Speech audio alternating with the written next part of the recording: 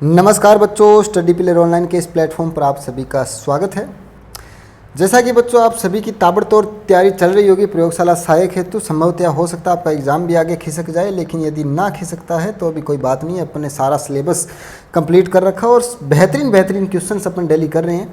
आज अपनी lab assistant हेतु 8वीं क्लास है, अत्यंत ही महत्वपूर्ण इंपॉर्टेंट धासु क्लास होने वाली है। कंप्लीट केमिस्ट्री का रिवीजन अपन कर रहे थे, उसके अंदर कुछ मैंने महत्वपूर्ण सवाल ऐड करे हैं जो आपको पता होने चाहिए। बिल्कुल बेसिक सवाल हैं, ऐसे सवाल जो आपने चैप्टर्स के अंदर तो नहीं करे होंगे लेकिन आपके प्रयोगशाला सहायक हेतु महत्वपूर्ण होंगे। तो चलिए शुरू करते हैं। पहला सवाल कि जब लोहे में जंग लगता है तो उसके भार में क्या बदलाव आएगा? क्या उसका भार बढ़ेगा, क्या घटेगा, क्या उतना ही रहेगा या अनुन्मेय होगा? तो बड़ा सिंपल सा जवाब है, जब लोहे पर भार लगता है बच्चों तो उसका भार क्या, जंग लगता है तो उसका भार बढ़ता है। जिसका कारण है क्या, H2O की अभिक्रिया होती है उसके साथ है और कुछ एक्स्ट्रा मटेरियल उसके ऊपर जमा हो जाता है। इसका लोहे पर जंग लगने पर उसका भार बढ़ता है। नेक्स्ट सवाल, लोहे में जो जंग लगना है वो कौन सी प्रक्रिया है? क्या वह भौतिक परिवर्तन है, क्या वह विद्युत रासायनिक परिवर्तन है, क्या वो विद्युत परिवर्तन है? तो बच्चों विद्युत का तो इन दोनों से कोई संबंध ही नहीं है। भौतिक में यानी कि अवस्था परिवर्तन थोड़ी होती है वहाँ पे। तो लोहे में जंग लगना क्या है बच्चों? एक तरह का रासायनिक परिवर्तन है। क्या है? रासायनिक परिवर्तन। तो इस सवाल का आंसर कौन सा हो जाएगा? इनमें से कोई नहीं, रासायनिक परिवर्तन। ठीक है, नेक्स्ट सवाल की ओर बढ़ते हैं। सवाल नंबर 6, तांबा किसके द्वारा शुद्ध होता है बच्चों? तपाने से, ऑक्सीकरण से, विद्युत अपघटन से या मंडल परिष्करण से? तो बिल्कुल आसान सा जवाब होगा, तपाने से तांबा थोड़ी होता है यार, ऑक्सीकरण से भी नहीं होगा। बड़ा ही आसान सा उत्तर आएगा, विद्युत अपघटन से। एक इलेक्ट्रोड इधर लगा दिया आपने, एक इलेक्ट्रोड इधर लगा दिया आपने और इसके अंदर क्या, विद्युत धारा का प्रवाह कर दिया और दो इलेक्ट्रोडों के कारण क्या होगा, शुद्ध तांबा एक तरफ जमा होता जाएगा, विशुद्ध तांबा नीचे पैंदे में बैठता जाएगा, विशुद्धियाँ जो है। तो विद्युत अपघटन की क्रिया द्वारा तांबे को शुद्ध करा जाता है। नेक्स्ट सवाल की ओर बढ़ते हैं। अगला सवाल है, तरल अवस्था में पाई जाने वाली ए धातु पूछिए आपको। ध्यान रखो बच्चों, ए धातु को फोकस करो। ए धातु अगर पूछे तरल अवस्था की तब तो हो जाएगा बच्चों ब्रोमीन, इसका सही उत्तर है ब्रोमीन। और यदि आपको पूछे तरल अवस्था की धातु तो इसका उत्तर आ जाएगा बच्चों Hg यानी कि मरकरी। कोई समस्या? नाइट्रोजन तो एक गैस है बच्चों, फ्लोरीन भी क्या एक धातु है, क्लोरीन भी क्या है, एक धातु है। तीव्र सीमा विषाक्तन को क्या कहते हैं? इटाई, प्लम्बिज, यूरेलिजा या बाइसिनोसिस? बताओ, न्यूरेलिजिया, प्लम्बिज या बाइसिनोसिस? तो तीव्र सीसा विषाक्तन को प्लम्बिज कहते हैं। डायरेक्ट याद रख लेना, ठीक है। कई बार ये एग्जाम्स के अंदर पूछा गया है, इसलिए मैंने यहाँ पे ऐड कर दिया। कोई दिक्कत वाली बात है? आगे चले। आगे सवाल नंबर 9, अम्लगम एक मिश्र धातु है। क्या है? अम्लगम एक मिश्र धातु है जिसका आधारीय धातु क्या है बच्चों? तो इसका आधारीय धातु होता है बच्चों पारा यानी कि मरकरी, Hg। याद रख लोगे। तारा क्या है बच्चों? एक द्रव धातु है। क्या है? द्रव धातु, जो कि अम्लगम का आधारीय धातु है। याद रखना ही, बहुत बार एग्जाम में पूछा गया है, 5 स्टार लगा लो इसको। नेक्स्ट सवाल की ओर बढ़ते हैं। पायरेक्स कांच के अधिक सामर्थ्य के लिए निम्न में से क्या उत्तरदायी है? पायरेक्स कांच के अधिक सामर्थ्य के लिए क्या पोटेशियम कार्बोनेट, क्या लेड ऑक्साइड, क्या बोरेक्स, क्या फेरिक ऑक्साइड? तो उत्तर आपके सामने मेंशन कर ही रखा है बच्चों। क्या होगा? बोरेक्स। बोरेक्स क्या है? पायरेक्स कांच के लिए अधिक सामर्थ्य के लिए उत्तरदायी है। इसे आप थोड़ा सा ध्यान में रख लेना, कोई दिक्कत वाली बात नहीं है, इंपॉर्टेंट है, ठीक है।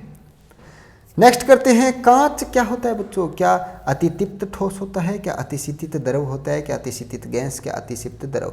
जब अपन सॉलिड स्टेट पढ़ते हैं, क्या जब अपन सॉलिड स्टेट पढ़ते हैं,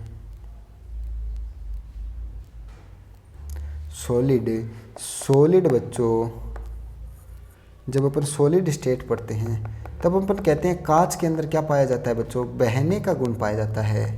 किस चीज़ का? बहने का गुण पाया जाता है। इस कारण से अति शीतत यानी कि होले होले बहने वाला द्रव कहा जाता है। क्या कहा जाता है? होले होले बहने वाला गुण। नेक्स्ट सवाल है, वह तत्व है जो प्रकृति में नहीं होता लेकिन कृत्रिम रूप से उत्पन्न किया जा सकता है।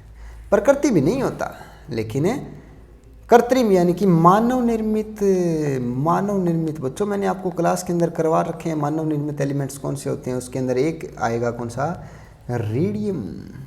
कौन सा, रोडियम। नेक्स्ट है, निम्नलिखित में से कौन सी धातु जल के साथ अभिक्रिया करके हाइड्रोजन पैदा नहीं करती। जैसा कि बच्चों मैंने आपको कह रखा है, धातुएं जो होती है वो H2O यानी कि जल के साथ अभिक्रिया करके क्या देती है, हमेशा हाइड्रोजन गैस देती है। ये आपको मोस्ट इंपॉर्टेंट बात मैंने आपको बता रखी है क्लास के अंदर। लेकिन बच्चों एक धातु ऐसी है जो हाइड्रोजन के साथ अभिक्रिया करके H2 जो गैस है वो नहीं देती। उस गैस का नाम है बच्चों, उस धातु का नाम है कैडमियम। तो इम्पोर्टेंट सवाल ये बनता है, आपको ध्यान में रखना है। नेक्स्ट करें। नेक्स्ट सवाल है सवाल नंबर 14, स्टील में कार्बन का प्रतिशत कितना होता है। वास्तव में ये एक एस ब्लॉक का क्वेश्चन है, एस ब्लॉक या पी ब्लॉक का मान सकते हो। स्टील के अंदर कार्बन का प्रतिशत आपको ध्यान में रखना है 0.1 से 1.5%। रट्टू टाइप क्वेश्चन है, ध्यान में रख लेना। स्टील के अंदर कार्बन का प्रतिशत होता है 0.1 से 1.5, 1.1 से 1.5%, 0.1 से 1.5% याद रख लोगे, कोई दिक्कत वाली बात नहीं है। नेक्स्ट सवाल, कार्बन का सर्वाधिक कठोर अपरूप कौन सा होता है।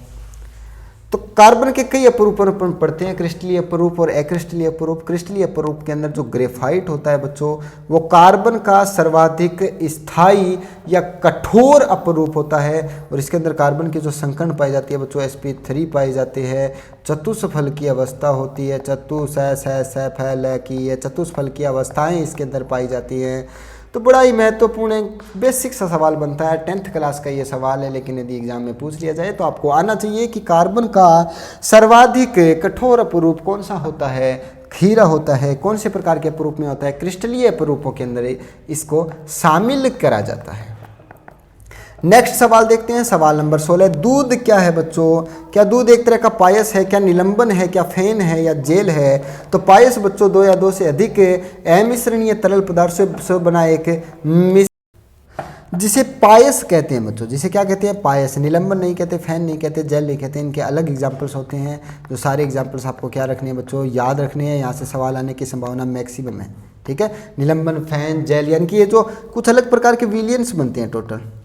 टोटल 9 प्रकार के विलियन बनते हैं। ठोस में द्रव, ठोस में गैस, ठोस में ठोस, द्रव में ठोस, द्रव में गैस, द्रव में गैस, गैस में द्रव, द्रव में गैस। इस प्रकार से टोटल 9 विलियन बनते हैं। 9 के 9 विलियंस, उनके नाम और एग्जाम्पल्स आपको ध्यान में रखने हैं। यहाँ से एक आधा सवाल पढ़ने की संभावना रहती है। नेक्स्ट सवाल, किसे स्ट्रैटेजिक धातु कहते हैं। तो इसका उत्तर आएगा बच्चों, टाइटेनियम को स्ट्रैटेजिक धातु कहते हैं, आपको याद रखना है। नेक्स्ट है, सागर जल में सर्वाधिक मात्रा में पाया जाने वाला पदार्थ कौन सा है। तो बिल्कुल यार, सागर का पानी खारा होता है, खारा पानी होता है सागर के अंदर। तो इस कारण इसके अंदर कौन सा है, NaCl लवण की मात्रा, यानी कि जिसे कि साधारण लवण भी कहा जाता है, की मात्रा सर्वाधिक पाई जाती है, ठीक है। नेक्स्ट करें। नेक्स्ट सवाल है, जीवित तंत्रों के अध्ययन से संबंधित रसायन की शाखाओं को क्या कहते हैं।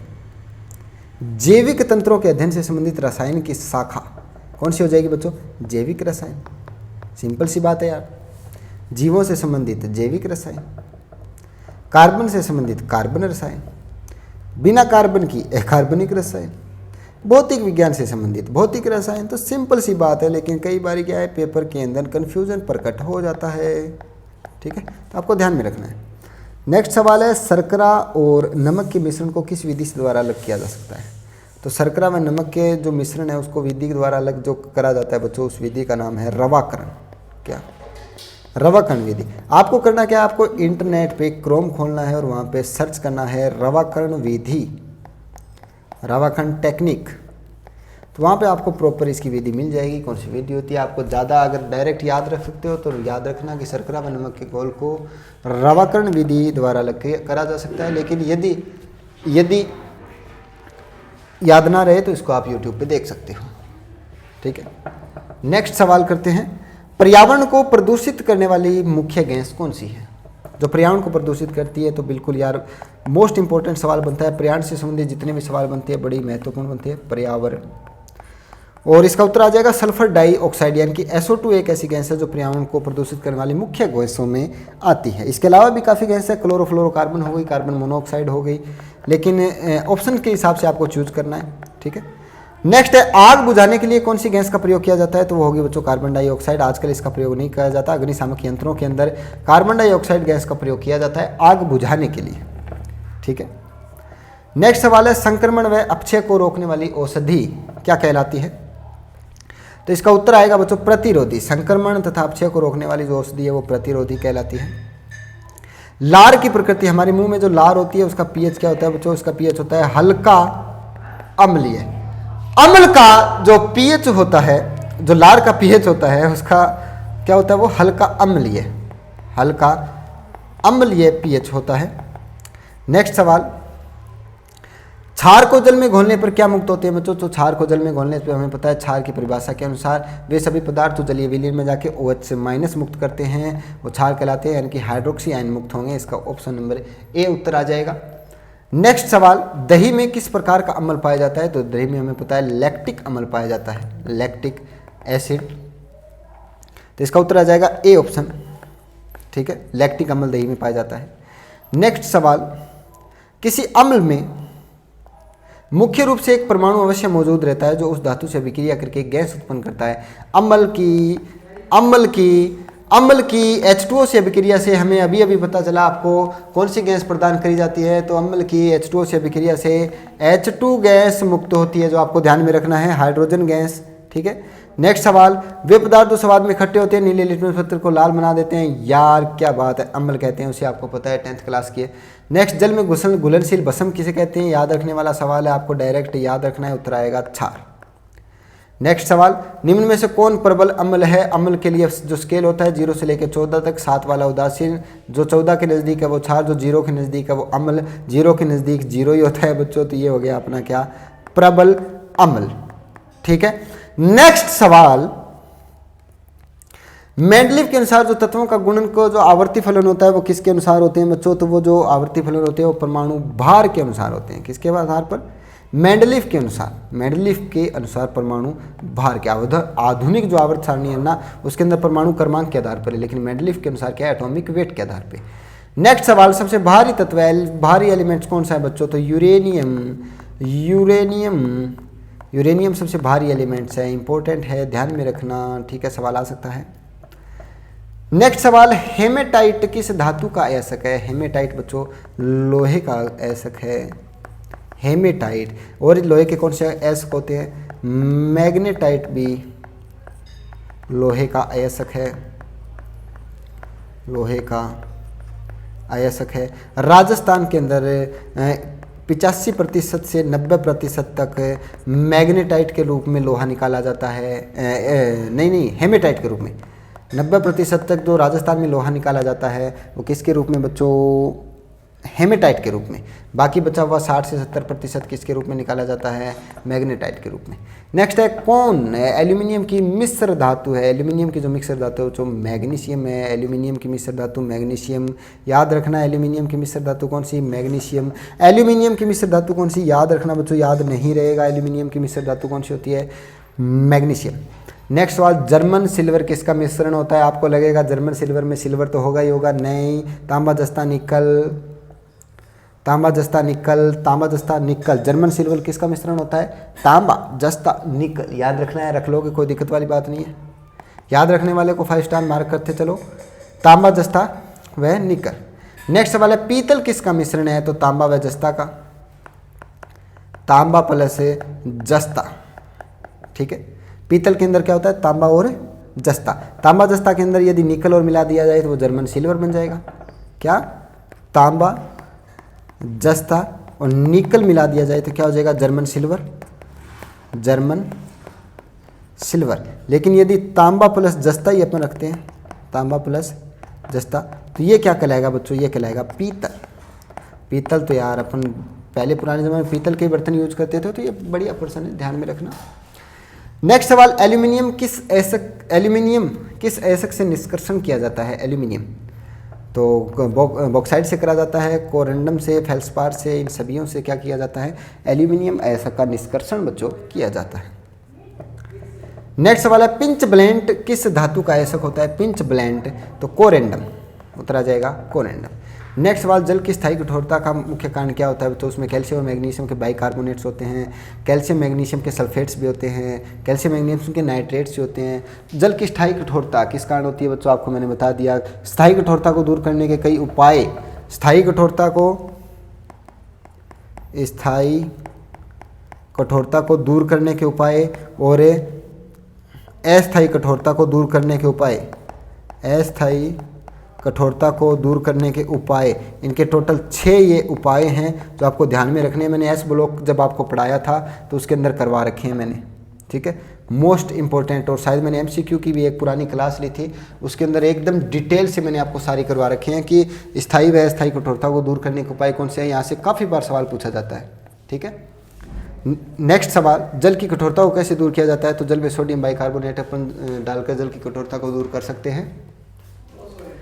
नेक्स्ट सवाल साधारण कांच किसका मिश्रण होता है? तो इसका उत्तर आएगा सिलिका, सिलिकेट, कैल्शियम। तो आज के लिए बच्चों इतना ही, मिलते हैं कल की नेक्स्ट क्लास के अंदर। तब तक के लिए जय हिंद, जय भारत।